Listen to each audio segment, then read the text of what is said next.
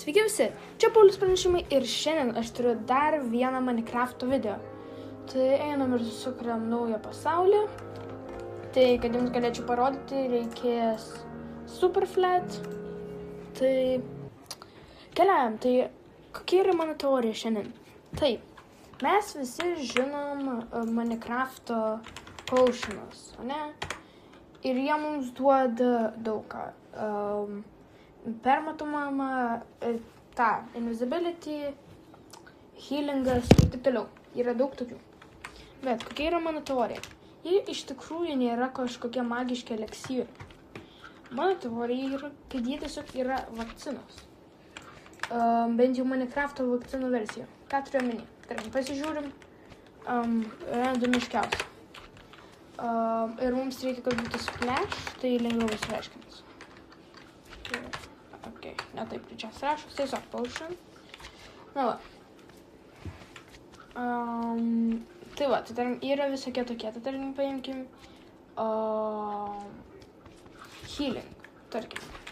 Mums, kaip veikėjams, mums pagydo. Dabar nelabai turiu efektą, bet jeigu, tarkim, eičiau į survivalą ir mane užpultų slimas. Va. Aš galiu tiesiog šitą ir iš karto pasifykstu. Ne? Tai, kame yra mano teorija? Tai iš tikrųjų yra vakcinas, nes man kaip žmogui jo, bet jeigu mes pastatytumėm tokią mažą greit kontrapciją,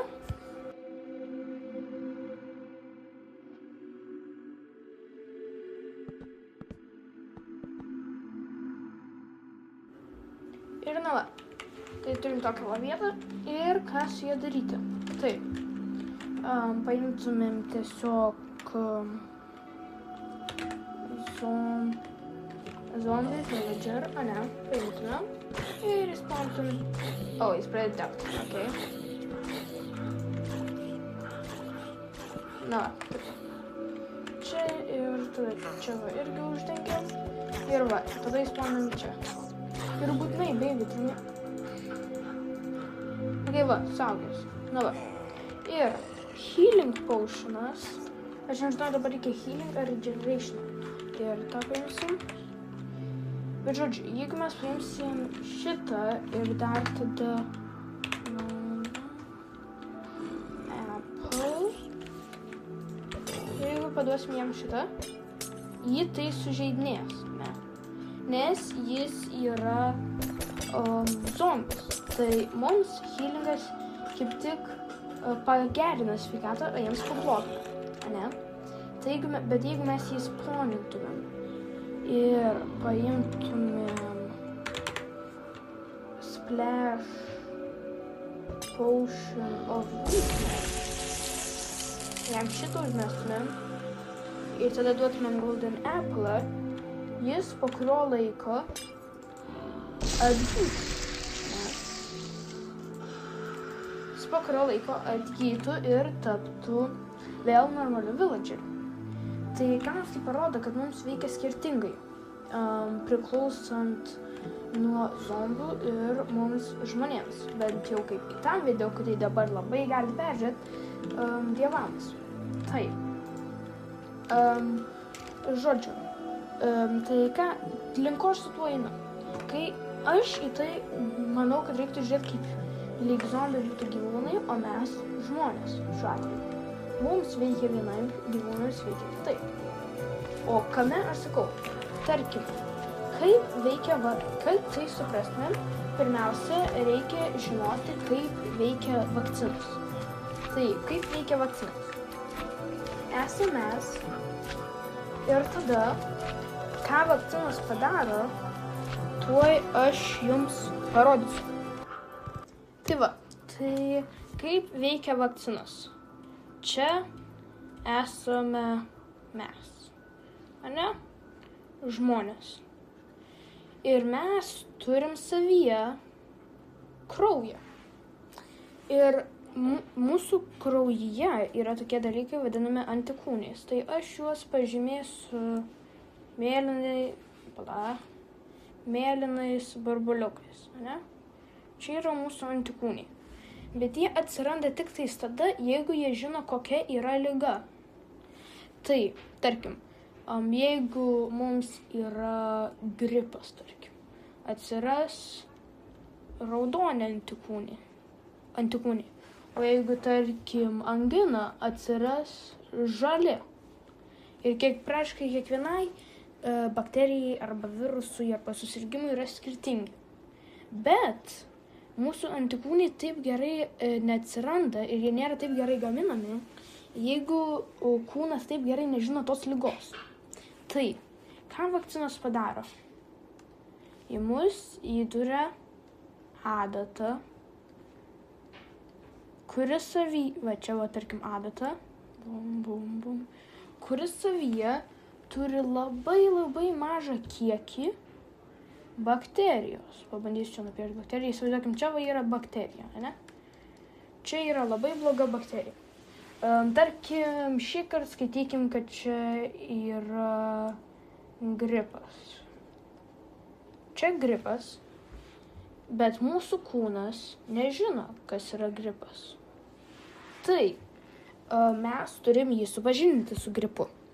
Tai kaip mes jį supažindam? Mes čia suleidžiam labai mažą kiekį to gripo ir tada mūsų laboratorinės žiurkės bobas kūnas jau gali atkovoti prieš tą labai mažą kiekį. Tai kaip sakiau, gripui mėlyni, ne? Tai, jeigu gripui mėlyni antikūniai, tai jis, kadangi yra labai mažas kiekis šitų gripo, tai jis ir sukurs mažus kiekius antikūnų. Ir jūs galvojat, kaip tai padeda mūsų kūnui? Maži kiekiai, čia labai maži kiekiai. Kaip jie mums gali padėti? Bet tada kitą kartą, kai mes susirgsim, kai mūsų jau bobas bus išėjęs iš vakcinos ir gyvens laisvai, kai šitas gripas užpuls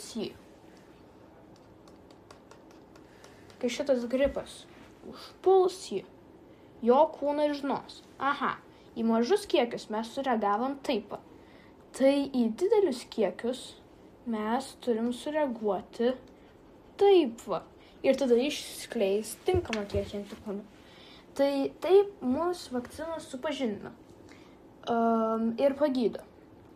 Bet jeigu vakcina yra įdedama tada, kai jau yra mumyse virusas, tai yra labai blogai, nes jeigu boba kūnas jau turi savyje gripą ir kad ir gamina tuos antikūnus, bet mes nežinom, jis jau turi gripą savyje. Tai, ką jo kūnas padarys, jis jau prieš tai bus siuntęs antikūnus, ko mes būsim nežinoję. Jau čia visur aplinkai bus antikūniai. Bet mes į jį suleidžiam dar daugiau gripo, tai mes dar pabloginam situaciją ir dar pastiprinam gripą, kas yra labai blogai pačiam bobui. tą mes galim matyti ir su Minecrafto zombiais. Tai, ką mes galim matyti su Minecrafto zombiais? Čia įsivaizduokime yra Minecrafto zombis. Bum, bum, bum. Čia labiau atrodo kaip creeperis, bet nekreipkite dėmesio. Tarkim, čia va Minecrafto zombies villageris, ane? Jis čia va yra ir savo gyvena savo gyvenimą. Ir jo kūne yra pilna gripo. Labai, labai daug. Kiekvieną, visur pas jį yra gripas. Bet jis nemiršta, nes jo kūnas jau moka atsikovoti prieš tą gripą.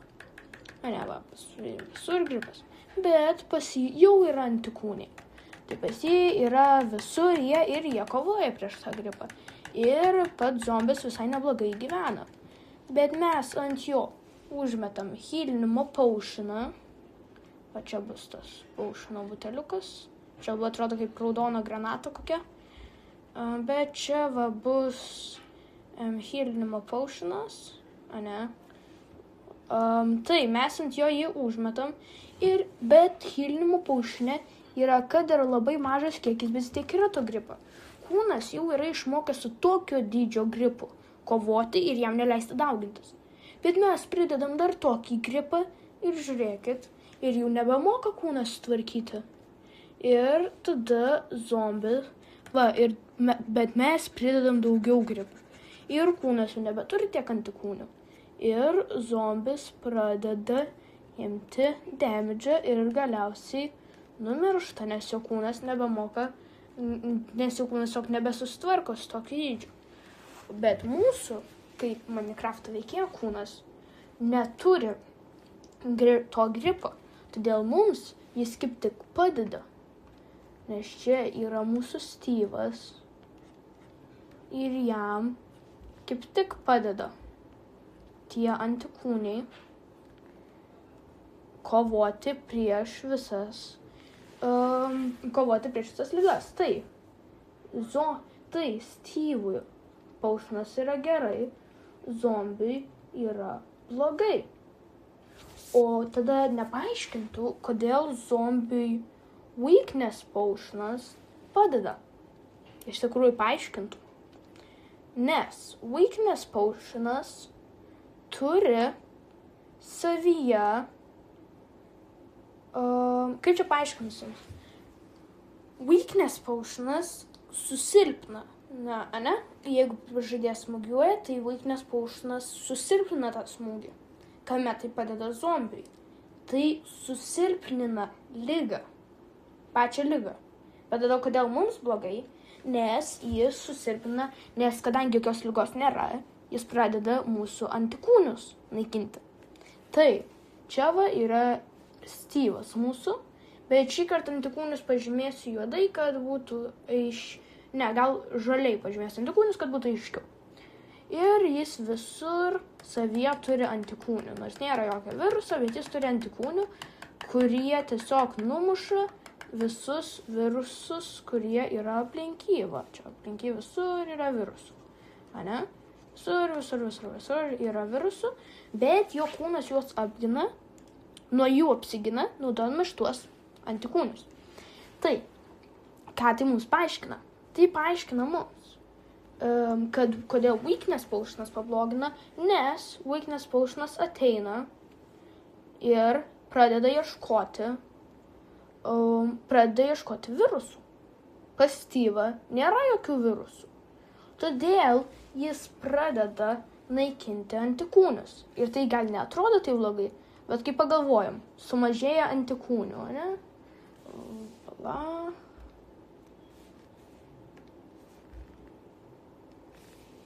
Sumažėja antikūnių pas jį. Ir lieka tik labai mažai. O tai neatrodo tai blogai, bet tada visas šitas gripas aplinkui gali pas jį lengvai įsiskverbti į čia va. Ir tada, kadangi Steve'o kūnas nėra antiek įpratęs prieš tai kovoti, prieš tokį kiekį kovoti, jis pradeda imti damage. Ir pasibaigia tokia pat baigtimi, kaip ir mūsų zombis čia va. Tai, ką tai mums galiausiai paaiškina? Tai mums paaiškina, kad tiesiog šitie visi potionai yra vakcinos. Bet dabar, ką mums labai reikia padaryti, reikia patikrinti ant mūsų zombio, ar jis jau pasigydė. Ne. Ir aš nežinau, ką aš blogai padariau. Bet žodžiu, ne tas esmė. Esmė, kad mes žinom visą esmę, kaip viskas turi veikti.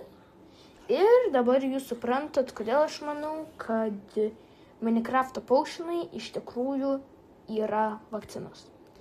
Bet jeigu jums patiko šitas video, patikrinkit mano kitus video.